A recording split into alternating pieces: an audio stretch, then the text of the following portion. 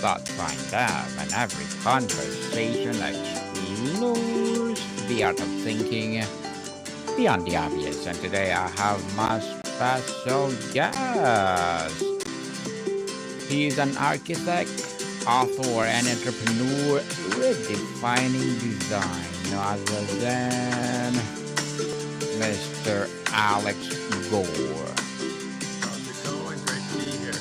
Welcome, Mr. Alex on Abstract Essay. And can you please introduce more about yourself that I missed? Yeah, no. So I'm an architect out of Colorado. We also have a construction firm as well. So um, we've been doing everything from small additions to really cool mountain homes to large commercial projects and matching creativity with the engineering and science and constructability that is needed uh, to build buildings. Hmm.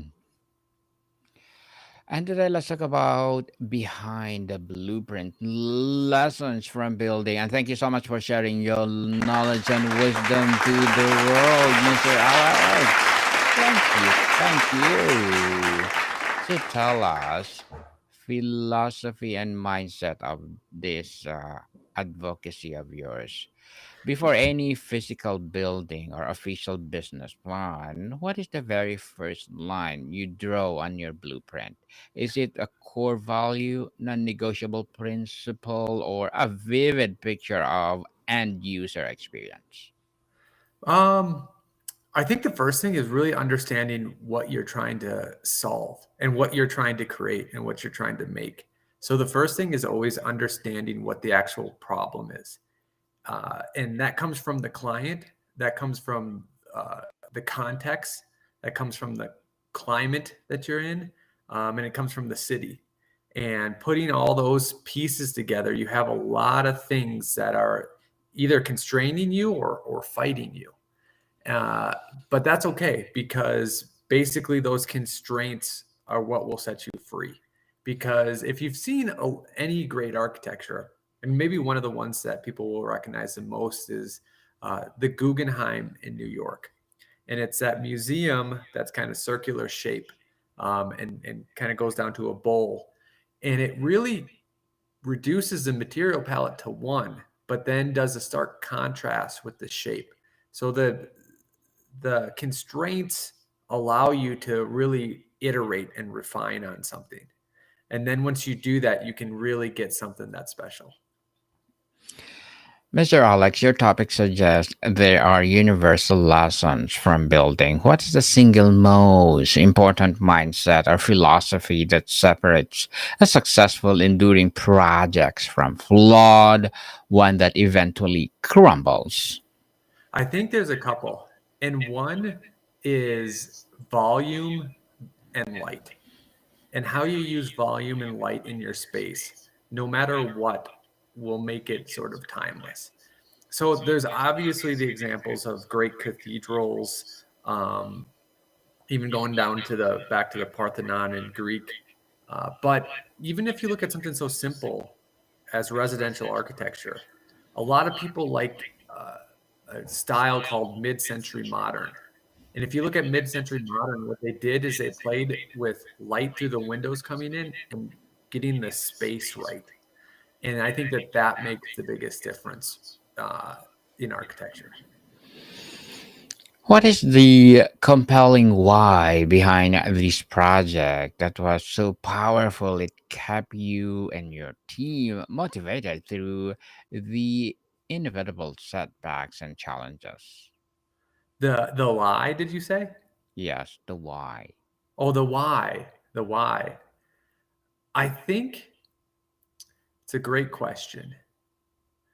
The why to me is after going through architecture and construction, and because we build too, and realizing how difficult it is from moving concrete to picking up wood sticks to getting the siding on to placing the windows to putting the roofing on, all of that is extremely difficult. And I think people take it for granted. They take it for granted because they're born in a hospital, they live in a home, and they go to work in an office or a factory, and it's all there for them. They never had to work to put those things together. And once you do, you have a deeper appreciation. And what those buildings allow you, me, everyone to do is live the comfortable lives that we have. And the why is to help build the world, because if we're not building it, then it deteriorates. Um, it- and if it deteriorates, yeah, everyone's studied history or gone through history class probably knows how bad it can get. So helping build the world is definitely a strong motivational why for me. Mr. Alex, what was the biggest challenge you encountered that was completely absent from the original blueprint? Was it a human dynamic, a hidden structural issue, or market shift that forced a fundamental redesign? I think the biggest thing is when it's a two part. An unexpected catastrophe happened during one of our builds, and that was outside of our control. And one thing that was inside of our control was we thought that the project was going to get done quicker than before, than it actually did. So we were under the gun because it was taking longer, and clients were waiting for the project to get done. And then all of a sudden, out of these 9 units that we were building, about 4 in the morning, I get a text from my business partner that one of the units has flooded.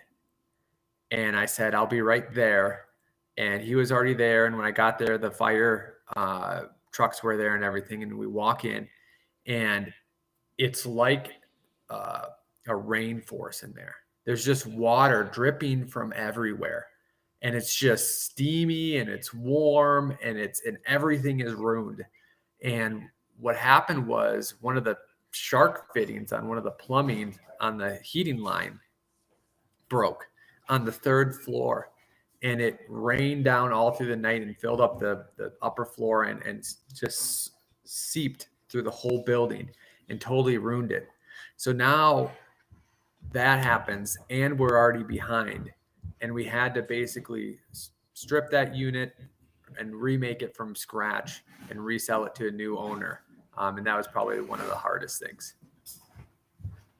We think of a blueprint as a final document, Mr. Alex. But how did yours evolve? Can you share a specific example of time you had to erase a line and redraw it based on a hard-learned lesson? I think that's always happening. And I think it's a great question because people think blueprints and or plans that that's the way it's supposed to turn out and go. And there's some saying, and I'll get it wrong, but plan. Oh, I think it was Muhammad Ali. Plan only goes as far until you get punched in the mouth. I think Napoleon said we make plans, but we know that it won't go to plan. And in architecture and construction, a lot of times it does. Yes, it does go pretty much to plan. It is pretty refined, and people are pretty smart about it. But there's always minute changes that happen. So even like throughout the whole design phase, a client won't see this because it's presented to them static, like it's finished. But there's walls moving, there's toilets moving, there's structure moving, there's windows moving. Uh, and then there's details that come from other projects, like a roof is overheating, so it needs to be vented. And it's just one small thing on a building walls section, but it can make a big difference to the comfort of the occupant. All the way to you're actually putting it up and you see something, and then you have to go back to the drawing board and update it so that it works. So it happens all the time.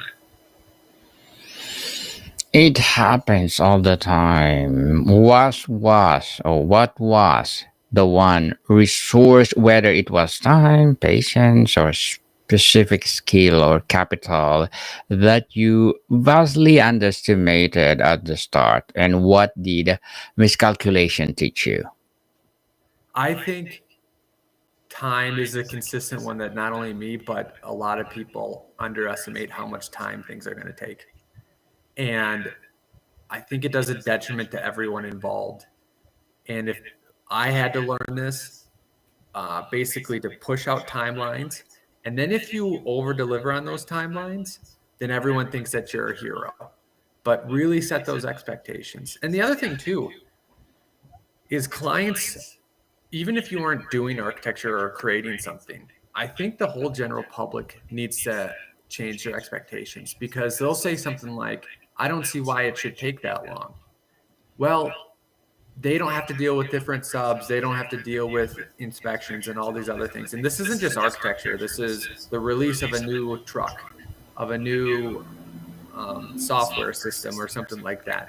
There's so much more nuance than you are aware of, that if everyone just gave themselves more time, I think everyone would be happier in life and life would go a little bit more smoother. What was the leadership, or how do you assemble and lead a team that does not just follow the blueprint, but feels ownership over it and contributes their own creativity to make it better? I think that's a great question. That's hard, and it depends on where they are at. So when you hire new people, they really need to know what to do from a fundamental point. And new people have this gift and this curse. And the curse is that they might know not how to hammer something, not how to draw something, or anything like that. The gift is if you can get them to think about fundamental principles, like how would you do this if you had to? And I'll give you an example of that. If you've ever seen a lot of wood walls or wood ceilings, there's always like trim. And the reason why is because everyone who cuts these pieces, they're always like a 16th inch off, an eighth inch off. And then all of a sudden, um, you need a piece of trim to cover that. Well, when I was building this Atlas tiny house, and if you clicked on the portfolio page, I think it would show up. What I did was, instead of measuring it once and then cutting a whole bunch of boards, I would measure down at the base and see how wide it was from wall to wall. And then I would go up 3 to 4 inches and I would measure it again. So I would angle my cuts so that they would go within a 32nd inch of the wall, so that it would all go up as perfectly as possible. And no one told me to do that. I just was very cautious because I've never done it before. So I was a newbie at it. And I remember years and years later, we're building another one of these. This has happened multiple times. And people said, you can't do that. You always need trim, blah, blah, blah. And it's always these experienced people that say that. And you're like, there is a way. And then you tell them the way. And what you really have to do then with the older people that you're leading is lay out the vision and what you want. And if they push back on it, say, how could we do it if we had to do it? If we had to make these perfect, what would we do? And if they came up with that thing where, oh, we have to measure every 4 inches, it would be like, great, let's do it that way. So that's at least one example. Mr. Alex, with the architects, engineers, and financiers and builders, communication is everything. What was your most effective strategy for you ensuring everyone was literally and figuratively on the same page? Um, it's all about speed with communication. It's all about quickness. It's all about that feedback loop. So our rule at F9 Productions, F9 is 9 fundamental principles. One is to respond within within 1 hour, and if not within 24 hours. When you're trying to build a big project, someone on the team knows the answer, whether that's the architect, the engineer, the contractor, the subs, or the worker in the field, or the owner. Someone knows how to do what you want to do. And to be able to get that answer quickly is the key to success. Because if you have a problem that involves the architecture, the structure, and the mechanical and the owner, that's 4 people. And if each person essentially gives themselves 2 days to get back, you're now at an 8-day loop. If everyone got back to each other within 10 to 15 minutes, you're within an hour loop and you're actually doing it on time. You're probably saving budget and you're doing it without headaches. So, with communication, I think communication is one of the most important things to be a leader, to be part of a community, to be part of a successful project.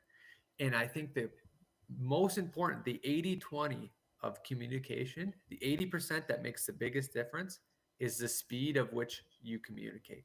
Even if you have to say, I'll get back to you later, let me look it up. At least they know that you are working on that. That is absolutely huge.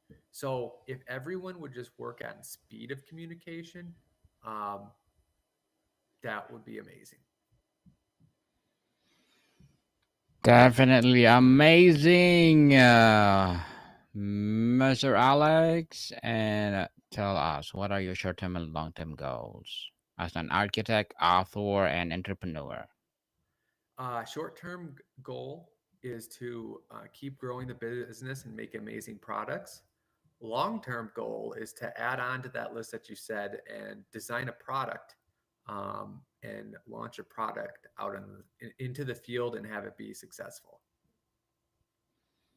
Good luck to your goals, Mr. Alex, and looking forward for more success. And what would be your piece of advice for those people out there who want to be like you? I would say whatever you want to do, whether it's like me, whether it's a podcast, or whether it's anything else, the key to convince people to allow you to do it or you just do it yourself is to demonstrate that you can do it. So if you want to do amazing high rises designs, start designing high rises. If you want to be an editor, a photo editor, start editing photos. If you want to be anything you want to do, work on demonstrating that you can do that. Not the side things, not the other things, not the uh, things that won't go to the end result. Demonstrate you can do what's really, really in your heart, and then people will pay you to do what's in your heart. Yes, definitely. And thank you for that advice, Mr. Alex. And can you please recommend a book or books that influence your journey? Yes. I think everyone should read Boyd, Boyd. It is an amazing book. It's about a colonel in the Air Force. I am blanking on who wrote it. Um, Robert Coram, by Robert Coram. Um, it's about the Pentagon. It's about the Air Force. It's about the military. It's about the Marines. It is a great book. Go pick it up. Thank you for the recommended book, Mr. Alex. And with the benefit of hindsight, what is the one thing you could change about your approach if you could go back to day one? I would work more on demonstrating and doing the projects that I love and putting them out into the world. That's what I would do. And how have the lessons from this project fundamentally changed how you approach new challenges, big or small, in your life or work? Um, I essentially think it comes down to principles. And that's why we named our firm F9 Productions, is that there's always foundational principles that help set you up for success. And if you, and they don't have to be the ones that we have, they can be your own. But if you fall back on those, you'll have a stable footing in life and you'll know which direction you can go and how to get there. Because there's this phrase, there's a million ways or a thousand ways to skin a cat, which I know is a weird phrase, but all those ways still get the job done. But if you don't have, if you aren't starting out in a direction to do that, to do whatever your dreams are and to lay out those fundamental principles, you're going to be skipping from one thing to another thing to another thing to another thing. So have a through line that you can execute on with principles. And I think that will help you out. Mr. Alex, before we wrap up our discussion for today, I'm inviting you to please do listen to my other podcast, people. My other podcast, because my Abstract Essay is already in fifth season, Abstract Poetry in second season, and my Book 101 review in fifth season too. Comedy 101 in second season, and my Food 101 in fifth season as well. Geography 101 in fourth season, and my Baby podcast.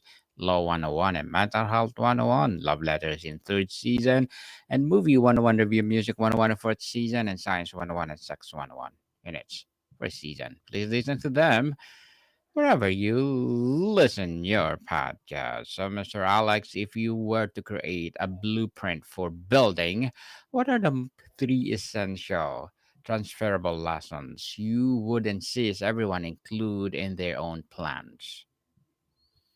The first is to have a plan. The second is to have principles behind that plan. And the third is to learn about theories so that you know how you can string all of it together. So it's plan, principles, and theories. Those are what you need to do as the backbone that then when you draw your lines on your piece of paper, they're with meaning and intention and you understand why they're there. Mr. Alex Gore, thank you so much for sharing your knowledge and wisdom to the world. Can you please invite our listeners to support your advocacy, your business, or whatever projects that you're doing right now? Yep. Go if you're interested in architecture, go to f9productions.com or go to buildabetterco.com if you're interested in building your company. Yes, people, let's support Mr. Alex Gore because if you support him, for sure, more and more empowering advocacy to come. So, Mr. Alex, thank you so much for your time.